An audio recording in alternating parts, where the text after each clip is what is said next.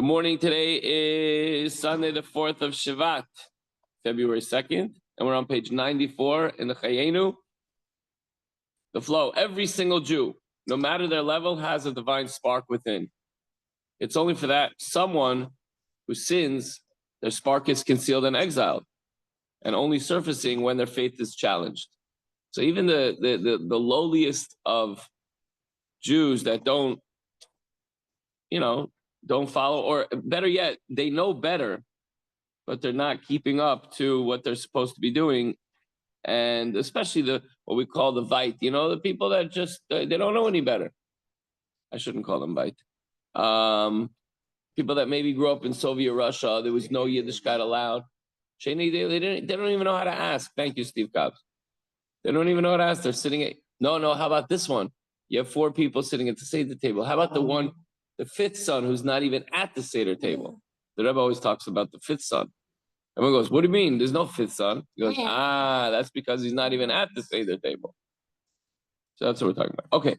In today's lesson, the core distinction between holiness, which is Kedusha, and its opposite, unholiness, is the former's self-nullification to the divine versus the latter seeking its own independent entity. As we explained yesterday, the neshama wants to go up and reconnect with Hashem. That's all it wants to do.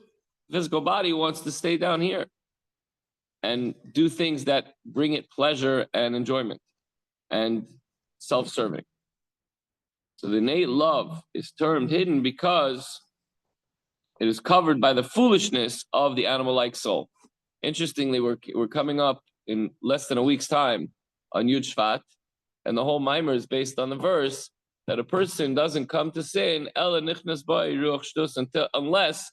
a spirit of stupidity. It's translated as folly, but it's stupidity. You get a stupid thought in your head and you end up doing it. Oh, let me steal this. I can get away with it. Right, David? Chas v'shalom. Hello. Okay, inside now. Page 94. Someone was telling me the other day, I'm not going to tell you who, but he says, why do you pay for Easy Pass? You just go through, the bill comes to the house, just throw it out. Nothing's going to ever happen. I've been doing it for years. And I know a lot of people that do it. This is what he tells me. I go, it's a very simple answer. Because I'm a Jew and I have a conscience and I don't steal. And he goes, good answer. He goes, good answer. Case closed. And that's it. Even if nobody sees you, you still have to do the right thing. Now, by the way, I'm Nishkin Tzaddik. I'm still an aspiring Beinoni, but there's certain things you just don't do. You go to ShopRite, you go to your car, and you realize there was something on the bottom of the cart that they didn't scan and you didn't pay for. You go back inside and you pay for it. You don't celebrate the fact that you got something you didn't pay for. Somebody's losing out of it, and it's theft. Even if it was inadvertent, if you discover it. Okay, we're not talking about mistakes here. And I have a big problem with tasting the grapes and all that kind of stuff. I have a big issue with that. Then you weigh the thing later and it's less. Whatever. Ella shegalus hazeh lebechinas chachma einay ella lebechinas hamispashetes mimena benefesh kula lachayesa. In galus, yesterday we were talking about how the neshama is in galus in the physical body, but in this galus of the faculty of chachma, this exile of faculty of chachma affects not only that aspect of it which is diffused throughout the nefesh and animates it. So being in exile, the soul being in exile, it's unable to pervade the entire soul, and through it the entire body, with the feeling of self-nullification before Hashem, characteristic of chachma. Thus, in this state of exile of galus, it's unable to prevent one from sinning. So you have a godly soul. You know the right thing to do, but then it's unable to do anything because it's being held and tied down. There's a latent love of Hashem within you, but it's captured and it's in the dungeons of Gaza within you. It doesn't have the power to help you and stop you. Yet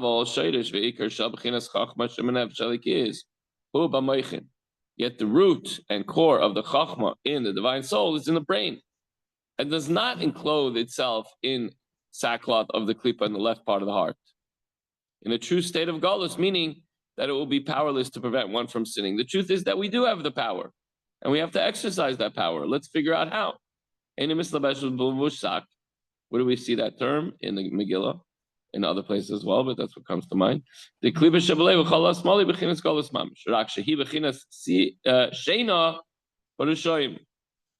love of Hashem is really just lying dormant. It's like hibernating, like a bear in the winter. In the case of a wicked, a person who's not exercising, the love of Hashem is not exercising its influence within them, within the wicked people, within the people that are constantly sinning. The more a person does an Avera, the more powerless he becomes to fight the Yetzer Hara.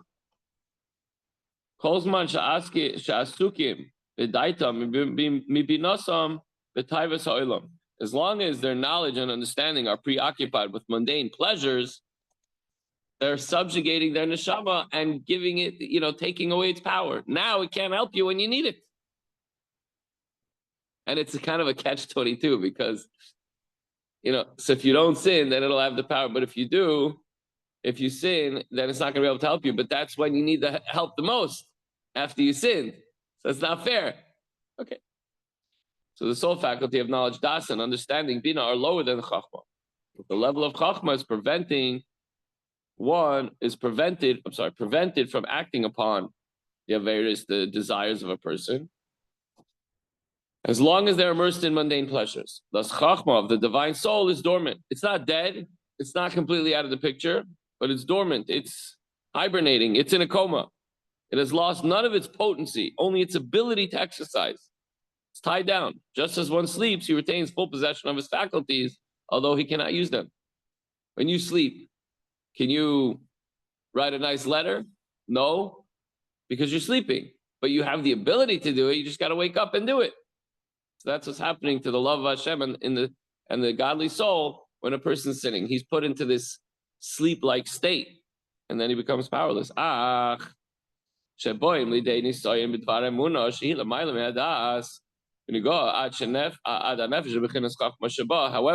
when the wicked, when we say wicked here, we're talking about a person that succumbs to his temptations and sins. So we have to imagine ourselves in that position sometimes. Are we wicked? No. But we have moments that are like, this description. And what happens was we're confronted with tests of faith. Do I do this and just get away with it? Nobody's looking. Or do I hold myself back because I know that this is something that would sever my close relationship with Hashem? And this test transcends knowledge, and it touches the very neshama, the soul, and the faculty of chachma within the source of faith. Azai ne'oira mishnasa upayeles pulasa b'kerech Hashem amelu b'shba. So what happens? Okay, if it's a little thing, maybe it doesn't make you feel so guilty. But when it's a question of faith, if a person says, however much a person's sinning, he says, "Do you believe in God?" So of course I believe in God. Well, how come you doing this and this? Whatever, that's separate. I don't know. But whenever it comes to a question of faith, then this yearning, this desire to connect to Hashem, this burning love arises from its sleep. Meaning the chachma reveals itself and it exerts its influence with the divine source that is clothed in it. Its influence being to create a spirit of self-sacrifice for Hashem, as the Alter Rebbe explains now. Vayikatz v'yoshen Hashem. The pasuk says, then Hashem awakened one out of sleep. It says in Tehillim 78. So the pasuk refers to the level of chachma and the light of Ein Sof, which was previously in a state of sleep, inactive, but arises and exerts its influence when faced specifically with the test of faith. We were talking about this last week when Nebuch, these people are caught and tortured and held under such horrible circumstances. And these are, in the particular case of Daniel Pearl, which is very well known, he was not only was he not a practicing Jew, but he was against a lot of concepts of Yiddishkeit or whatever. When it came to faith, and they said, "Do you want to convert before we kill you?" No, I was born a Jew and I'll die a Jew. Does that make any sense? No, it doesn't make any sense. It's l'mayla mitam v'das. It's higher than. There's no explanation of why he would say, "I was born a Jew, I'll die a Jew." He didn't seem to care about that stuff during his lifetime. But when it came down to a question of faith, and I'm not calling him a wicked person, he's a tzaddik, gave his life for the sanctification of God's name. But he just wasn't observant, didn't care. It's well known. That's why I'm saying it. Otherwise, it wouldn't be proper to say it. So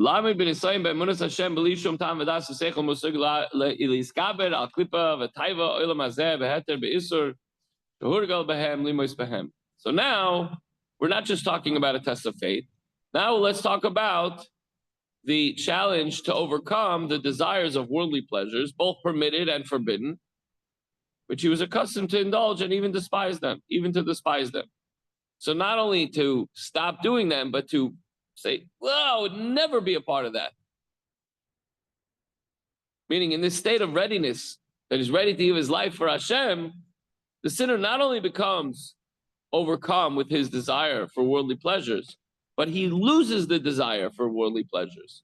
And the object of his past desires are now detestable to him. He has no interest in sinning and being separate from Hashem, even for a moment, even when it's not about faith anymore. But that question of faith brings out the chachma, the love, the fear, the neshama to the forefront. And to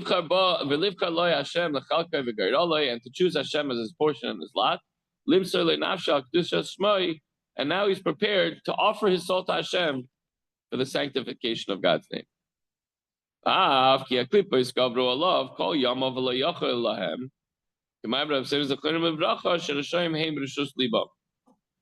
the klippa prevailed over him, this person who falls to sin, etc., but now he's ready to give up his life for Hashem.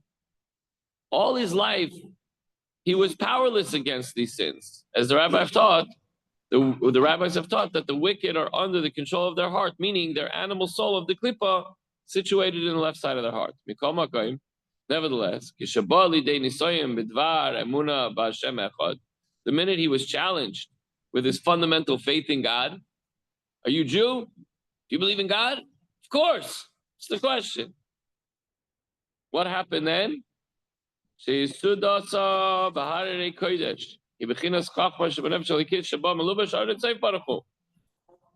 faculty of Chachma, which is called Kodesh, the source of holiness, in which is clothed the light of Hashem, came to the forefront, woke up, came out of the slumber and the hibernation.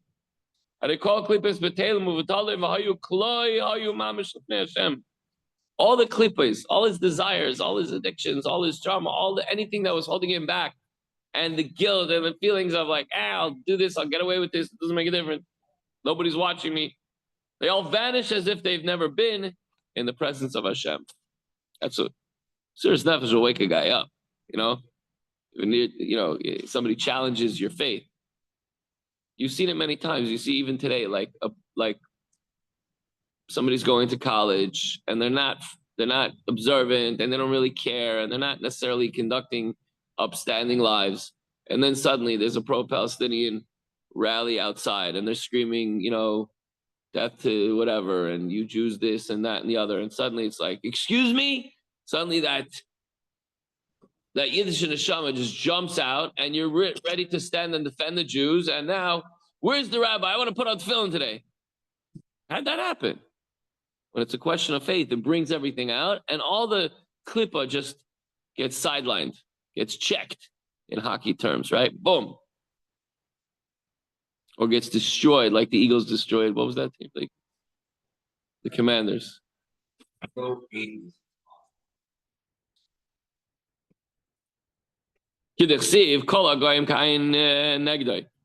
the nations, including all the klippas, are nothing before him. And another pasuk says, "For all your enemies, Hashem," referring also to the klippas, which are also enemies of God because they separate a yid from Hashem. All your enemies will perish and they will be scattered. And another pasuk says,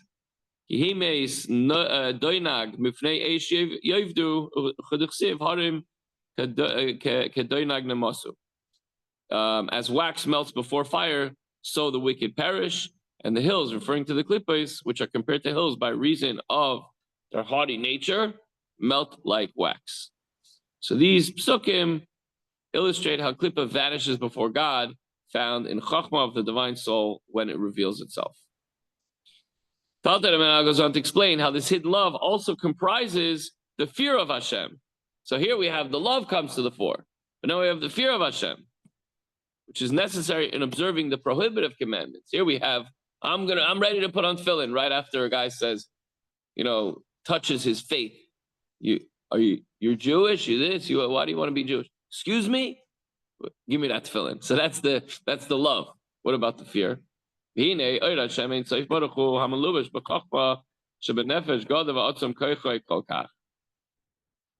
the way, I said something about Pro Hamas and I put it on YouTube. This thing is going to go on YouTube, so I wonder if I'm going to be flagged. Number one. Number two, I got something on Facebook that said, you don't fix something, your page is going to be taken down. Or I wrote back, I don't know, what did I say? Like, I need to know what it is that I did wrong before. I'm not sure if it's a scam either. Yeah, because I just noticed that I had more than one. So either they're going to take it down or they're not, but whatever. I'll have to deal with it when it comes because I'm not going to back down from that. So the force of the divine light of the Ein Sof that is enclosed in the soul's faculty of Chachma is so intense as to banish and repel the Sitra. So this is called contained in the fear, which is contained in love. So ultimately, it's not, and I'm just going to paraphrase here because it's going rather long. It's not when you love. Now you're going to fear Hashem. You're petrified that something's going to happen. Your fear of separation from Hashem. You don't want to have anything that's going to get in between you and Hashem. And if that's klipa, I got to get rid of that. So this soul dreads, and the dread represents the fear contained in the hidden love. When a yid considers that he'd be willing to give up his life rather than be parted from Hashem, he will realize that, A, he should certainly refrain from the sin for the same reason, because that's also, you want to talk about questions of faith? If you do this, God doesn't want that. That also questions your faith. So it wakes him up to that, number one. And number two, he should fulfill all the commandments, because when he achieves that, the hidden love comes up, and now he has unity with Hashem. And in this way, one may utilize his hidden love and the fear of Hashem contained in the love as a motivation for observing all the mitzvahs, as we'll explain in the coming chapter. So the takeaway for today's Chevra, that you have an inner core of your divine soul, which despite all your experiences always exists. No matter how far a person feels, in the beginning class I said people that are veit, that are far off, they're far away, like the fifth son at the Seder. He's not even at the Seder. So it's not that he's veit, it's that he feels veit. Veit in Yiddish is far away. We can't label him as far. We can't decide who's close and who's far to Hashem. As we said on Shabbos, somebody who says he's off the derech, who says that you're off the derech? Maybe this new derech is the derech that you need to be on in order to experience something to come back stronger. Because the higher they are, the farther they fall. But then, that's not the good quote for what I wanted to say now. What did I want to say?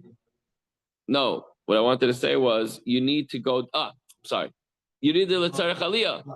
You need the L'tzarech Aliyah.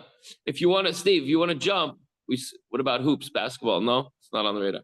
So let's think another, okay, let's say you're the wide receiver on the Eagles and you want to catch a pass that's too high. What do, Steve?